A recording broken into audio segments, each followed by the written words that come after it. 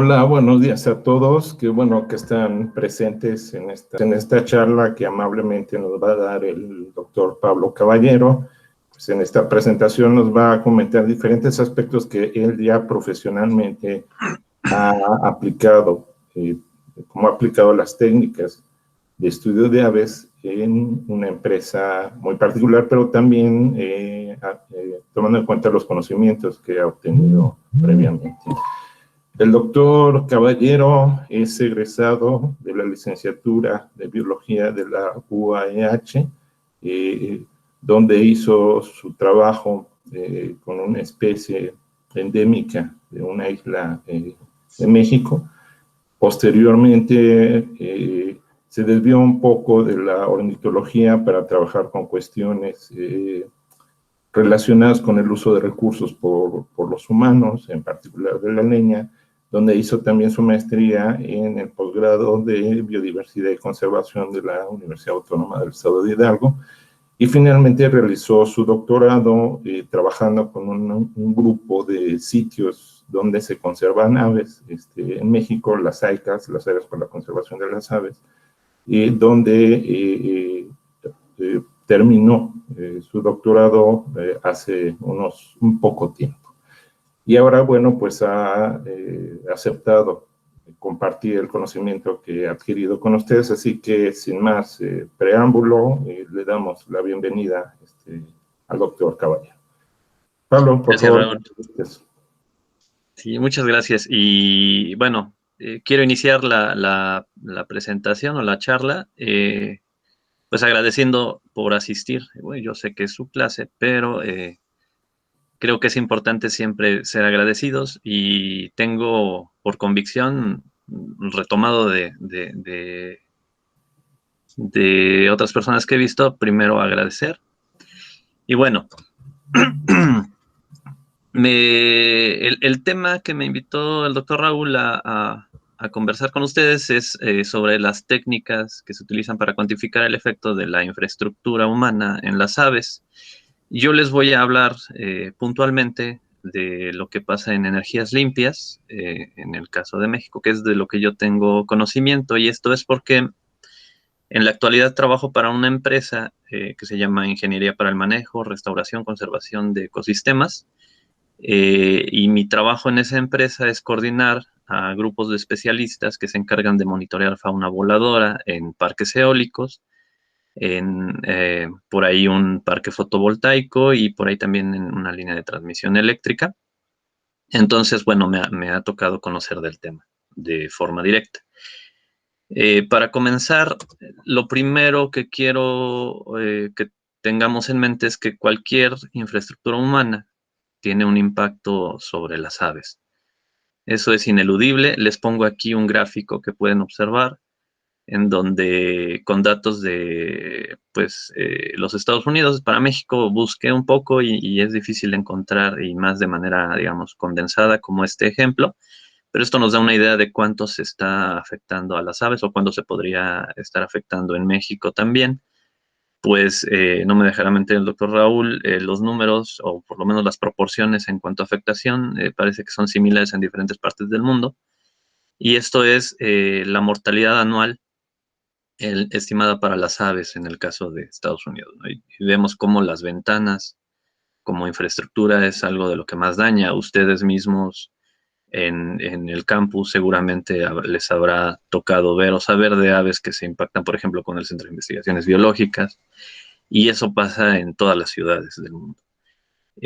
También pues tanto el impacto de aves al vuelo como de aves atropelladas por vehículos, pues es un factor importante. También sabemos que las líneas eléctricas, que no son tan necesarias para que podamos hacer todas nuestras actividades como sociedad, pues también tienen un impacto.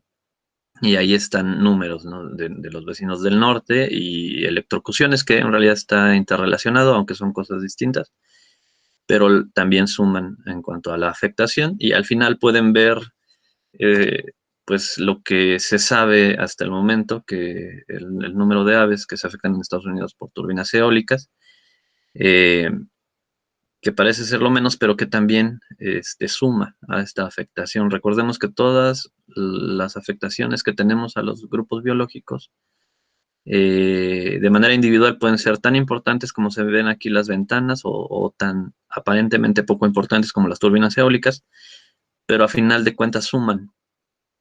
Y el conjunto de factores de afectación pues terminan ocasionando lo que estamos viviendo en la actualidad, esta crisis de pérdida de especies, y en el caso de las aves es muy grande.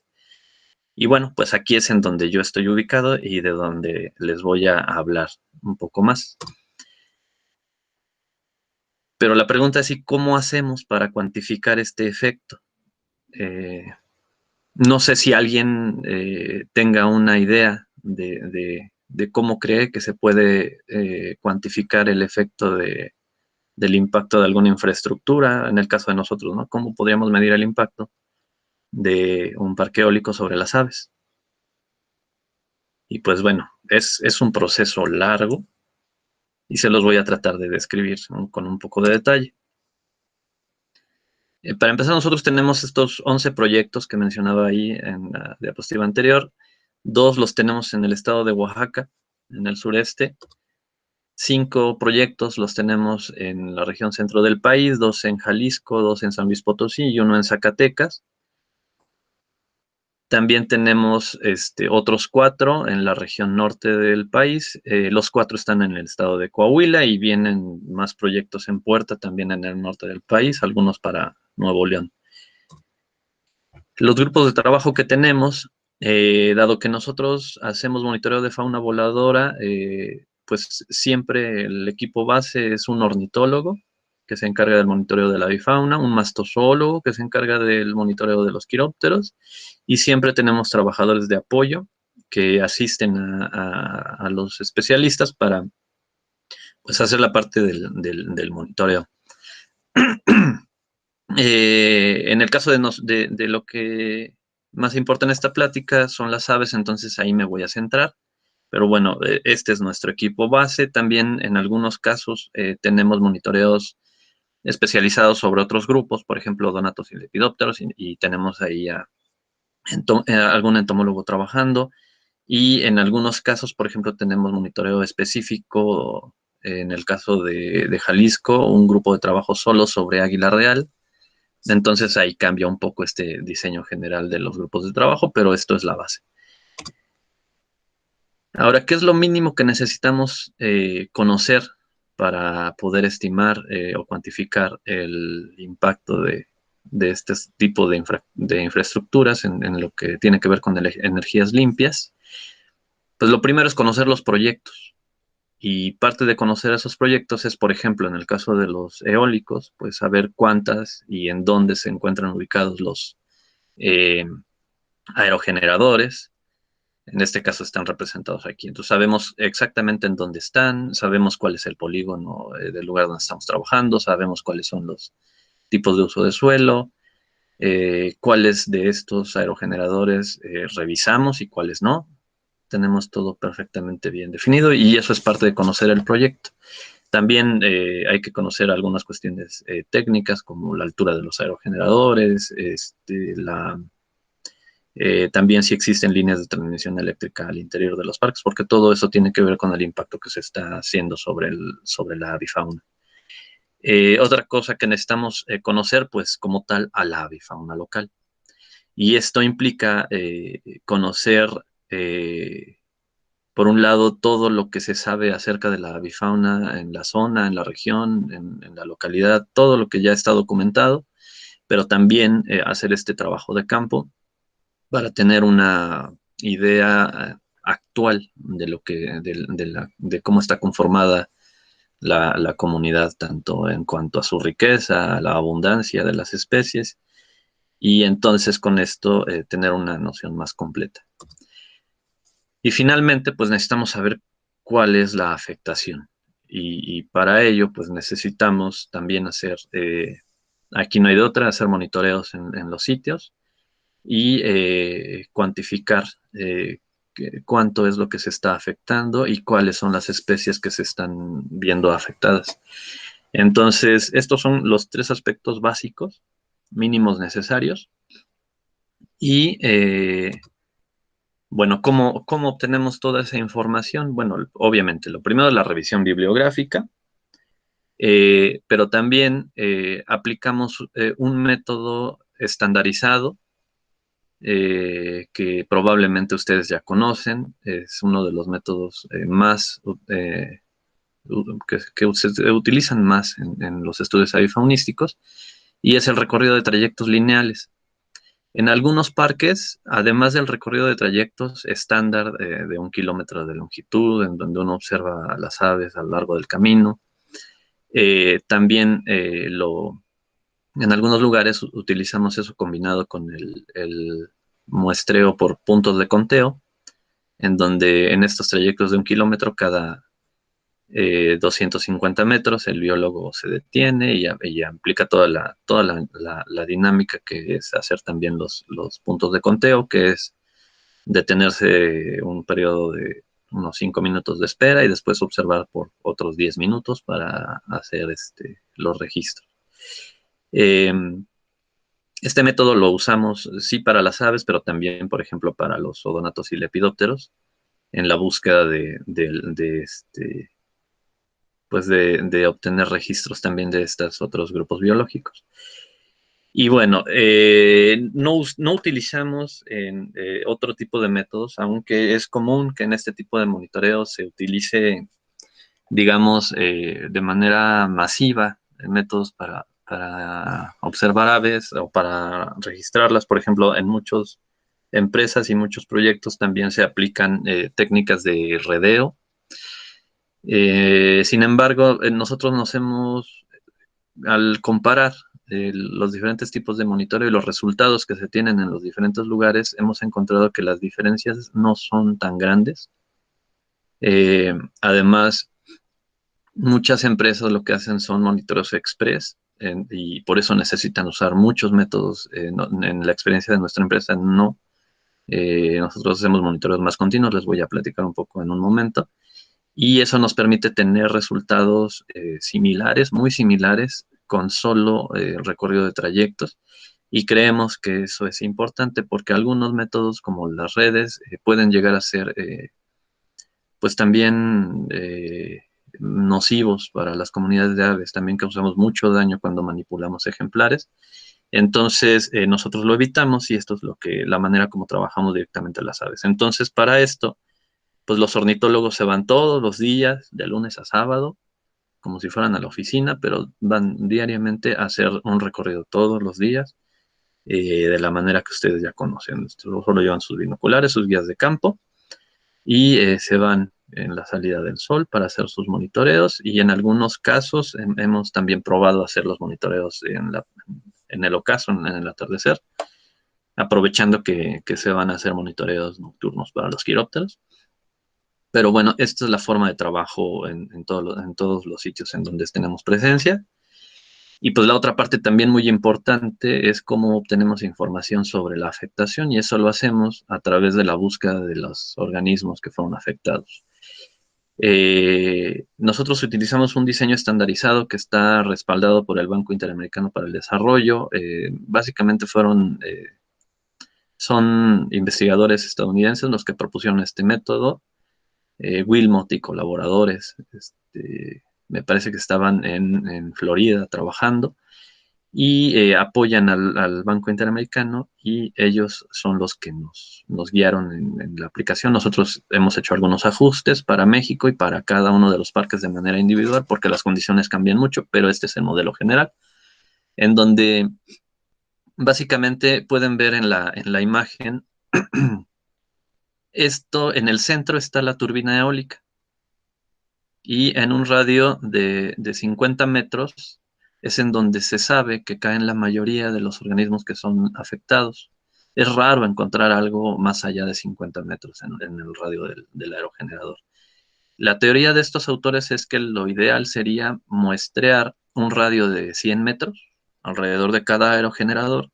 Sin embargo, eso se hace muy complicado, y ellos entonces diseñan un modelo matemático que les permite, a través de un muestreo de esta superficie ideal, donde proponen que hay que muestrear 1 hectárea, y esa hectárea se dirige de esta manera. Nosotros lo hacemos en la parte sur porque así nos lo pidieron de manera general, pero bueno, uno puede elegir una dirección, digamos, al azar, y siempre muestrear esta superficie, esta parcela de 1 hectárea. Y en esta parcela lo que hacemos es que va un grupo de 3 o 4 personas ubicadas a una distancia de 3 metros entre ellos, y lo que hacen es un barrido en zigzag en donde recorren y buscan todo lo que haya colisionado, y luego se regresan y hacen lo mismo hasta que cubren y barren toda la hectárea. Y eso lo hacen todos los días. Y bueno, la cantidad de aerogeneradores que se revisan depende del tamaño del parque eólico, pero en general ya se han definido un número determinado de aerogeneradores en función del número total de aeros que tiene un parque eólico. Entonces nosotros nos apegamos a esos principios técnicos. También en adelante van a ver qué tanto nosotros monitoreamos, pero este es el modelo estándar que se utiliza y es uno de los más aceptados en el ámbito internacional. Ahora, la cosa cambia cuando ya no estamos en parques eólicos. Cuando estamos, por ejemplo, en líneas de transmisión eléctrica, pues no tenemos aerogeneradores, y en estos casos tenemos que hacer un monitoreo distinto. En el caso de las líneas de transmisión eléctrica, por ejemplo, tenemos una que son cerca de 90, poco más de 90 kilómetros de longitud. Entonces ahí pues es inviable poner demasiados trayectos, utilizar demasiados trayectos, pero también es inviable trabajar trayectos de 1 kilómetro porque son muy pequeños.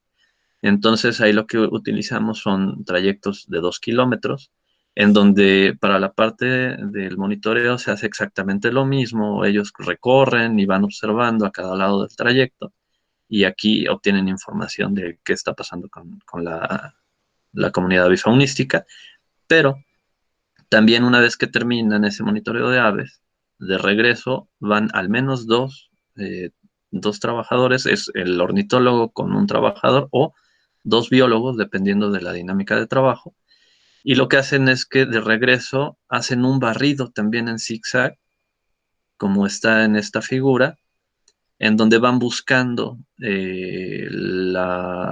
si existen ahí organismos que fueron afectados por la línea de transmisión eléctrica. En este caso es distinto a los aerogeneradores porque o bien las aves pueden ser electrocutadas, o pueden chocar con las torres, o pueden chocar con los cables. Y entonces lo que se sabe en la actualidad es que la gran mayoría de las colisiones o de las afectaciones de los organismos caen en una banda que no tiene una distancia más lejana de 30 metros de donde va la línea de transmisión eléctrica. Entonces, este es el diseño que nosotros ocupamos. Revisan a las aves y de regreso los organismos afectados. Ahora, cuando estamos en parques fotovoltaicos, el diseño cambia. Y cambia porque los parques fotovoltaicos son similares a una ciudad. Los conjuntos de paneles solares se organizan en módulos o cabinas. Entonces, por ejemplo, esto es el parque solar. Cada línea es un eje de tránsito vial, y más o menos se forman, digamos, cuadrantes en donde hay ejes secundarios aquí que parten esto, y lo que tiene uno es parcelas cuadradas. Entonces, en este tipo de lugares uno no puede hacer, además, las líneas de paneles solares son muy largas, por ejemplo, y uno no puede caminar entre estas líneas de paneles. Lo ideal para hacer monitoreos en estos lugares es implementar parcelas, preferentemente cuadradas, pero como no es posible por el diseño de los parques solares, lo que hacemos nosotros es implementar parcelas largas. Las parcelas que nosotros tenemos normalmente están constituidas por tres líneas, 3 líneas de paneles en donde pueden caminar 3 buscadores, y la superficie monitoreada es también de 1 hectárea en cada una de estas parcelas. Entonces, básicamente lo que hacemos en parques solares es establecer estas parcelas de búsqueda, en donde a lo largo de todo este camino, el buscador va también haciendo un zigzag para asegurarse que va a encontrar todo lo que haya podido impactar con las estructuras de los paneles solares, y tener un monitoreo, digamos, eficiente. Y también en estos casos, por ejemplo, este es uno de los parques solares más grandes de México, y entonces tenemos que hacer una distribución pues lo más homogénea que se pueda de las parcelas de búsqueda, para tener una idea lo más completa posible de lo que está sucediendo en cuanto a afectación. Entonces, como vemos, dependiendo del tipo de proyecto, la búsqueda o la cuantificación de la afectación se tiene que hacer de manera distinta. Y ya toca entonces a los especialistas técnicos, nos toca la tarea de ver cuáles son las formas de adecuar los métodos estandarizados que existen a las necesidades de cada uno de los proyectos. Esto es parte de lo que les decía. Nosotros trabajamos porque creemos que los monitoreos deben ser continuos y deben ser a lo largo de todo el año, porque sabemos que si bien en la actualidad las temporadas ya no son tan claramente distinguibles entre ellas, eh, sí sabemos que pueden haber procesos y fenómenos que duran cierto tiempo y después dejan de existir y cambian hacia otras formas distintas en términos ambientales. Entonces, estos cambios que hay a lo largo del año inciden en lo que vamos a encontrar. Entonces, si nosotros nos limitamos a ir 1 o 2 veces al año, no vamos a tener una idea de lo que está pasando con las comunidades avifaunísticas en realidad, ¿no? A lo largo de todo el año. Entonces, nosotros hacemos monitoreos continuos durante todo el año.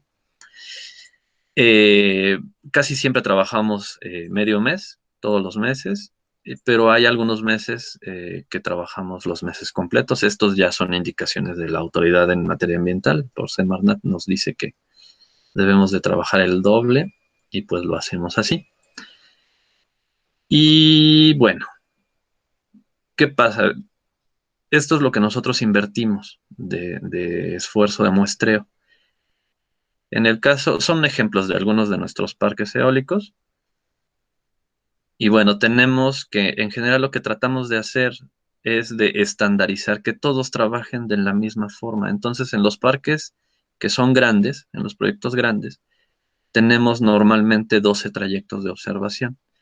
Y la finalidad de esto es que, no sé si ustedes han revisado sobre el tema, pero en teoría, cada trayecto de observación que utilizamos debería ser utilizado 1 vez al mes, porque así nos aseguramos que nuestras observaciones son independientes y que entonces estamos haciendo un muestreo adecuado.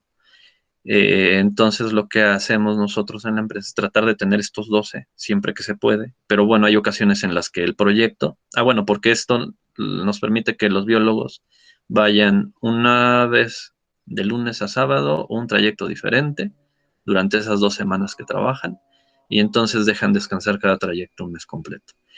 Pero cuando tenemos parques muy pequeños, hacemos esto, ubicamos 6 trayectos para que, bueno, también el monitoreo sea, digamos, homologado, y se deje descansar al mismo tiempo a cada uno de los trayectos.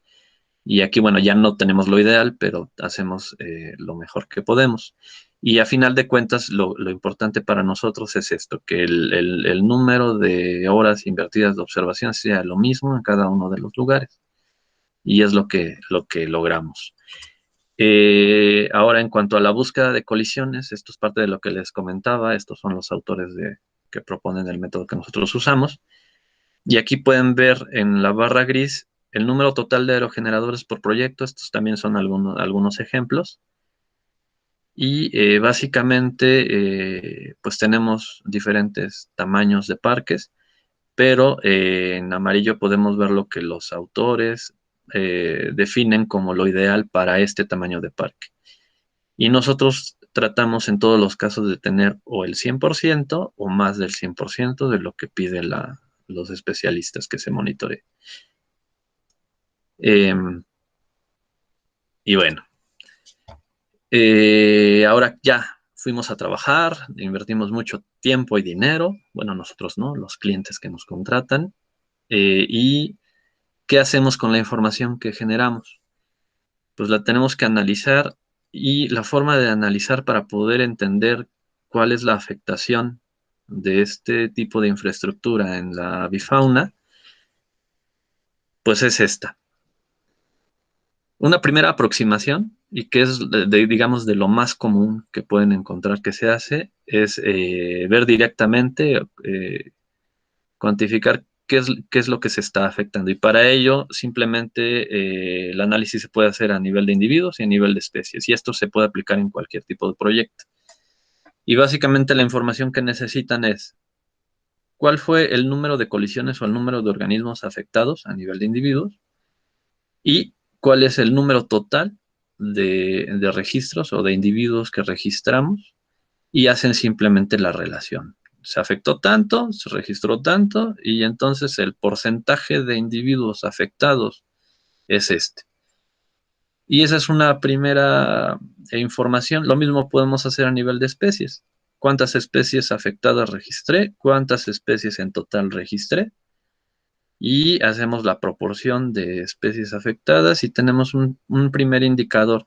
A mí este indicador no me llena porque es un indicador muy parcial, y además sí nos da una idea, pero no nos da tanta información. Siempre que tenemos este tipo de datos, al momento de escribir nuestros informes técnicos, tratamos también de caracterizar estos números, porque el número per se puede ser o muy pequeño o muy grande, pero ese número no nos indica mucho de la afectación en términos de la importancia que tiene esa afectación pequeña o grande. Entonces necesitamos saber cuáles son esas especies, si son especies de interés para la conservación, si no, qué características tienen sus poblaciones. Eh, y entonces ya podemos darle, digamos, un valor agregado a este número que estemos calculando, porque si no, el número por el número no nos dice en realidad gran cosa. Y bueno, también tiene todos sus asegúnes, porque no es lo mismo comparar un método de monitoreo que estemos utilizando con el método de monitoreo para, digamos, para para las comunidades de aves, que el método para las colisiones. Entonces, la comparabilidad puede ser cuestionable, pero bueno, es una primera aproximación y es de las más comunes que se realizan. Y bueno, si queremos tener una idea más clara, pues tenemos que cuantificar tasas de mortalidad. Sin embargo, bueno, esto ya no es tan sencillo como pueden ver. Básicamente estos parámetros de mortalidad lo que nos hablan es de conocer realmente cuántas son las aves que se están siendo afectadas, cuántas aves muertas tenemos para un proyecto determinado y en un periodo determinado. Y normalmente es también para una categoría de tamaño, porque estos modelos obedecen o te dan información dependiendo del tamaño de las aves que están siendo afectadas. Normalmente son 3 categorías: aves pequeñas, aves medianas y aves grandes. Y bueno, este tipo de modelos son los que se utilizan para mortalidad. Pero independientemente de que la fórmula pueda parecer un poco compleja o no, básicamente de lo que te hablan es que para conocer la mortalidad, lo que necesitas conocer es el número de colisiones que están ocurriendo, que es lo que ya vimos que obtenemos cuando hacemos los monitoreos, la superficie muestreada bajo las turbinas, bueno, sabemos exactamente en dónde trabajamos. Normalmente es una relación de lo que nosotros trabajamos en comparación con la totalidad de la superficie que se representa dentro de todo el proyecto. Eh, pero también se suelen hacer experimentos. Hay que conocer cuánto es el grado de remoción que existe en los sitios por carroñeros, porque normalmente nosotros vamos a monitorear, pero probablemente ya nos ganó algún carroñero que exista en la zona, y entonces tenemos que estimar cuánto se está siendo aprovechado por estas especies. Y también tenemos que conocer qué pasa con la eficiencia que tenemos nosotros para encontrar a los organismos, porque hay ocasiones en las que hacemos el barrido, pero no necesariamente somos capaces de ver el 100% de lo que está ahí. Y esto depende mucho también de las condiciones de los sitios. En los sitios que son muy abiertos, como la foto que vieron del parque fotovoltaico, pues es un poco difícil que no veas algo. Pero hay lugares en donde la vegetación no te permite ver tan bien. Entonces, este parámetro también es importante que lo midamos. Y finalmente, pues en el caso de parques eólicos, pues del total de turbinas que existen, cuántas son las que evaluamos, y mete uno todos estos datos en estos modelos, y uno puede calcular el número total de aves muertas en ese proyecto, posiblemente al año o posiblemente por temporada, ya depende del periodo que estemos evaluando. En cuanto a los modelos que se usan para líneas de transmisión eléctrica y parques fotovoltaicos, el modelo pues es distinto. Me voy a regresar. Vean este modelo y ahora vean este otro modelo. Es distinto, pareciera incluso hasta más complejo, pero en realidad tenemos los mismos parámetros. Necesitamos para calcular la mortalidad conocer eh, la superficie total de la banda, es decir, toda la superficie que tiene el proyecto, y de eso, cuánto es lo que nosotros revisamos. Necesitamos saber cuántos individuos fueron afectados, cuán buenos somos para buscar ahí, cuánta remoción existe. Solo que en este modelo hay algunos parámetros distintos. Bueno, también están las probabilidades de persistencia y la permanencia de los cadáveres. Todo esto relacionado con la remoción y lo que es distinto es esto, por ejemplo, el sesgo de banda, que esto básicamente es un dato que nos pregunta qué tanto de lo que está siendo afectado en las líneas de transmisión eléctrica o los paneles fotovoltaicos eh, cae fuera de las parcelas de búsqueda o cae fuera en el caso, por ejemplo, de la línea de transmisión, qué tanto podría estar cayendo en los extremos más lejanos de 30 metros. Y en el caso de las parcelas de búsqueda, qué tanto de lo que choca dentro de esa parcela podría caer fuera. Y el otro dato muy importante, que cada vez se le da más peso y tiene toda la razón de ser, es el intervalo entre muestreos. Porque nosotros vamos 15 días, por ejemplo, hacemos un monitoreo a lo mejor muy completo de 200 días al año, pero los 160 días que no vamos, existen organismos que están siendo afectados. El modelo anterior no considera esto y estos modelos ya lo consideran. Entonces, es importante también tomar en cuenta los días que no vamos a trabajar. Y bueno, los tipos de resultados que obtenemos de todo este trabajo y de este análisis de los datos son como esto. Esto es la estimación directa y tenemos, por ejemplo, aquí hay ejemplos sin nombre, pero bueno, en este lugar vimos todos estos miles de individuos de aves y vimos estos 16 colisionados. Y lo mismo para todos, ¿no? Aquí son todo lo que vimos, lo que fue afectado. Todo lo que vimos, lo que fue afectado. Todo lo que vimos, lo que fue afectado. Y lo mismo acá. Es un seguimiento anual. Les adelanto, la mayoría de las especies que estamos encontrando afectadas no son de interés para la conservación. E inclusive muchas suelen ser aves como quíscalos mexicanos, que son aves que les va muy bien en zonas urbanizadas o antropizadas, y por lo mismo, como hay más, son las que más llegan a ser afectadas en algunos lugares. En algunos lugares cambia un poco la dinámica, pero en general casi no tenemos especies de interés para la conservación que estén siendo afectadas. Las proporciones son bajas y estamos notando un fenómeno. Bueno, aquí es difícil que les dé tiempo de hacer el análisis, pero si sacamos la proporción y comparamos las proporciones, tenemos una tendencia generalizada a que la afectación disminuya a través de los años. Esto se puede entender de diferentes formas. Una teoría que es como la que más comúnmente se acepta es que están pasando dos cosas. Las comunidades de aves se aprenden a vivir con los aerogeneradores o con cualquier tipo de infraestructura humana, y entonces las que siguen viviendo ahí simplemente ya no tienen tanta afectación porque ya saben vivir ahí. Y muchas especies que no pueden adecuarse a vivir con la infraestructura humana presente simplemente se desplazan a otras zonas.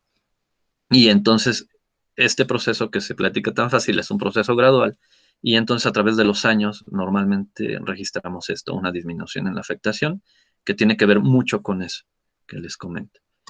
El anterior a nivel de individuos, a nivel de especies siempre la afectación es proporcionalmente mayor. Entonces, eso también es algo que encontramos consistentemente. Pero, bueno, por aquí ya no les puse ejemplos de tasas de afectación. Las tasas de afectación normalmente, los números sí son altos. Por ejemplo, aquí están viendo que parecieran ser poquitos individuos, pero normalmente ya cuando aplica uno los modelos, estos números se incrementan considerablemente. Y el promedio de afectación por proyecto que yo he estado observando oscila entre las 150 y 300 aves al año que están siendo afectadas por los ingenios eólicos. En el caso de parques fotovoltaicos, no hemos encontrado, llevamos un año de trabajo ya prácticamente y no hemos encontrado afectación. Ningún individuo afectado. La teoría decía que los paneles podrían atraer a las aves porque el reflejo del sol simula agua y las aves podrían intentar bajar a beber, y en ese intento de bajar a beber podrían colisionar. Y pues no ha pasado en realidad. En la línea de transmisión eléctrica sí, ahí es en donde más afectación hemos registrado. Y pues nada más para rematar, bueno, ya que terminamos todos nuestros análisis, que tenemos los resultados, nosotros siempre tenemos que generar informes técnicos. Estos informes técnicos son complejos, son extensos, siempre van acompañados de un catálogo fotográfico, de bases de datos, de shapefiles para armar los mapas, de catálogos ya como tal con los mapas, de anexos, de listados de las especies, de aves, de quirópteros, de odonatos, de información complementaria, el informe per se. Entonces, es más o menos lo equivalente a una tesis de licenciatura, y estos se entregan para la autoridad de manera anual. A Semarnat y a Profepa le entregamos, se le entregan también a los clientes. Se entregan informes, no sé, en nuestro caso trimestrales de temporada, en algunos casos bimestrales, e informes también mensuales. Y pues por mi parte es todo lo que preparé para ustedes.